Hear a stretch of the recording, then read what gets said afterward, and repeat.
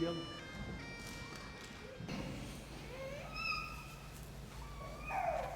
I'm going to change the program a bit and ask Jim to talk now.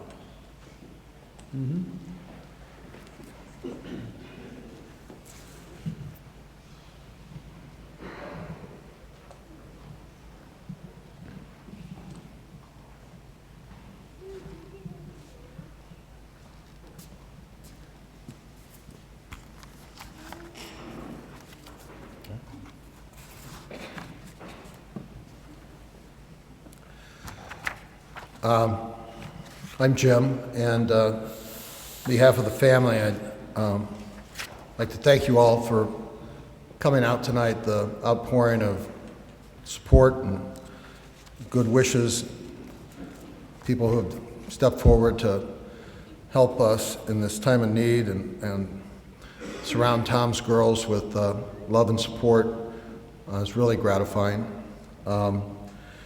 We are here in celebration of his life and his greatest achievement, by his own definition, was being the father of Maeve and Grace. And so this evening, we get to share that great treasure with all of his family and friends. And the girls have composed a couple of readings of their own in memory of their father. And you'll see in the program a poem written by one of Tommy's friends from Ireland, an Irish poet politician of all things. But Tom traveled the world and met a lot of people along the way, made a lot of friends. And they remembered him, and we've received countless texts, emails, phone calls, you name it, from folks across the water.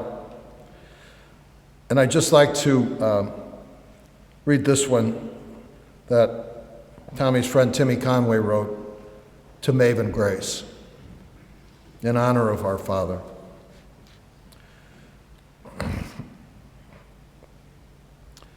When people ask, "What was your father like?" you will answer, "My father was a good man, my best friend, an honest man, a special man, who spent a lifetime in public service, bringing Omaha and Nebraska into the new, always into the new, treating all citizens equally, proud of the Cavanaughs and the Munleys. He had no politics, yet he was steeped in politics. He was my father, and I love him, and he loved me. Our GSD Goravanam, may his soul be at the right hand of God.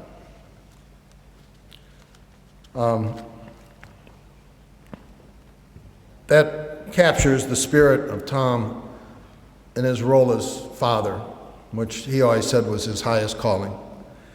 And the girls, his highest achievement.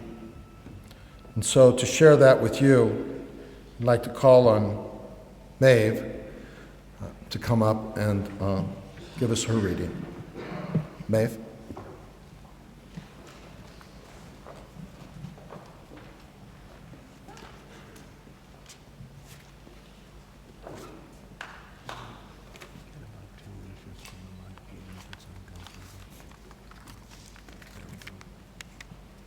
I have so many things to say, and I know it's not good to dwell on your past, but honestly, I can't stop thinking about it. Many things pop into my mind, and nowadays there are more about my dad, of course. But there's always that one fresh memory. I remember the last day we were sitting in the house together. It was just him, Grace, and I. And it was a beautiful day with a bunch of light shining in. We sat down next to him, like we always do, one on each side, and he says, "Girls, what's one of your best memories with me?" Grace and I just look at each other, and I say, "Well, probably something at the ranch," and Grace nods in agreement. because we've had many good times up there, and then we just continue watching the Night at the Museum movie. But all I can think of now is how bad an answer that was. I could think of millions of other things that I could have said that day. Yes, the ranch has many great, amazing memories.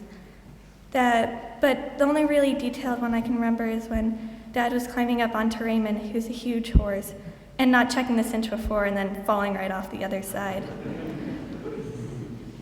But the more I think about it, most of my favorite memories came from the same house we were sitting in that day. There's so many things I could have said about that, but hopefully I can say some tonight. My favorite memory is when we were in the sunroom, and my mom would pick out some random music, and then we would dance around. I don't really think we knew how to dance or what we were doing when we were dancing or how crazy we looked, but we did it anyways. And then I remember his little magic trick with the button, and he'd always do some weird hocus pocus on it to make it disappear from the box. And how we would have so many fires in the living room with the chimney, and then weeks later we'd probably have to catch a bird or something and let it back out. And then just a couple rooms away, there'd be a 5-star restaurant called the Fancy Schmancy Restaurant, and all the neighborhood kids would come to eat the best mac and cheese around. No matter what, we all have great memories of him, and I'm so happy about that. The last 3 months, he was sick, and we all know that, but he smiled all the time. And we won't remember his sickness. We'll remember how much he used to smile. And I'm so happy everyone has great memories of my father, just like me.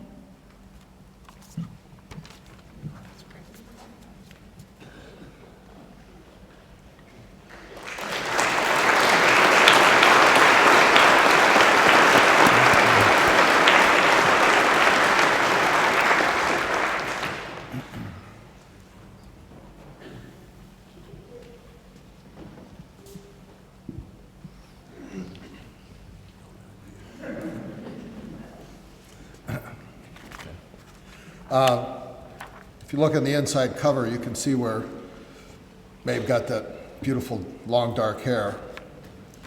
Her father styled himself with that same look about 40 years ago. The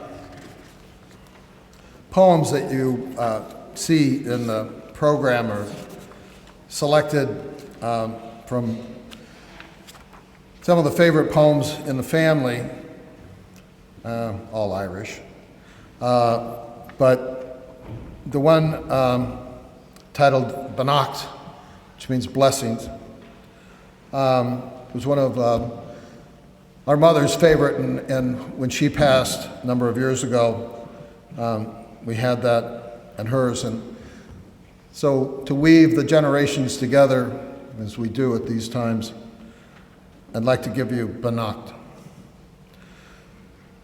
On the day when the weight deadens on your shoulders and you stumble, may the clay dance to balance you. And when your eyes freeze behind the gray window and the ghost of loss gets into you, may a flock of colors, indigo, red, green, and azure blue, come to awaken you a meadow of delight. When the canvas frays in the crook of thought and the stain of ocean blackens beneath you, may there come across the waters a path of yellow moonlight to bring you safely home. May the nourishment of the earth be yours. May the clarity of light be yours. May the fluency of the ocean be yours. May the protection of the ancestors be yours. And so, may a slow wind work these words of love around you, an invisible cloak to mind your life.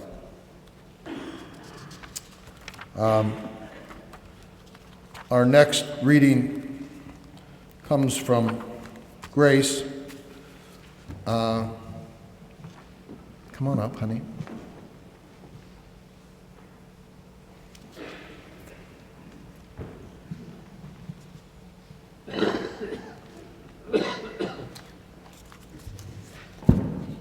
Mine might not be as long as my sister's, but my dad, he was never sad, never mad, or when he was, you would never know.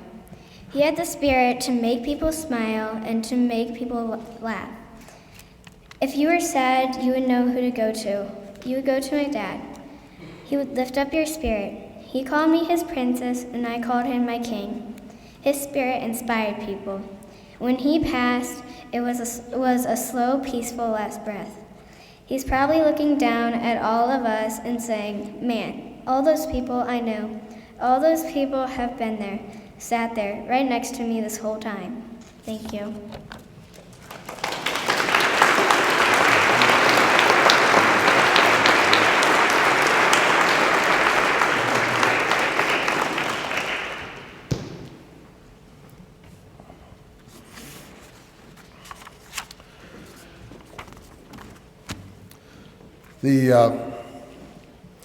The world has long recognized W.B. Yeats, the Nobel laureate poet from Sligo, out near where we're from in Ireland, as probably the premier Irish poet of modern times. And he meditated a lot on what we're meditating on here tonight.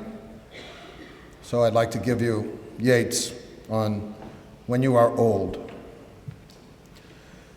When you are old and gray and full of sleep and nodding by the fire, take down this book and slowly read and dream of the soft look his eyes had once and of their shadows deep. How many loved your moments of glad grace and loved your beauty with love false and true. But we love the pilgrim soul in you and love the sorrows of your changing face. And bending down beside the glowing bars, murmur a little sadly how love fled and paced upon the mountains overhead and hid his face among a crowd of stars. We had a lot of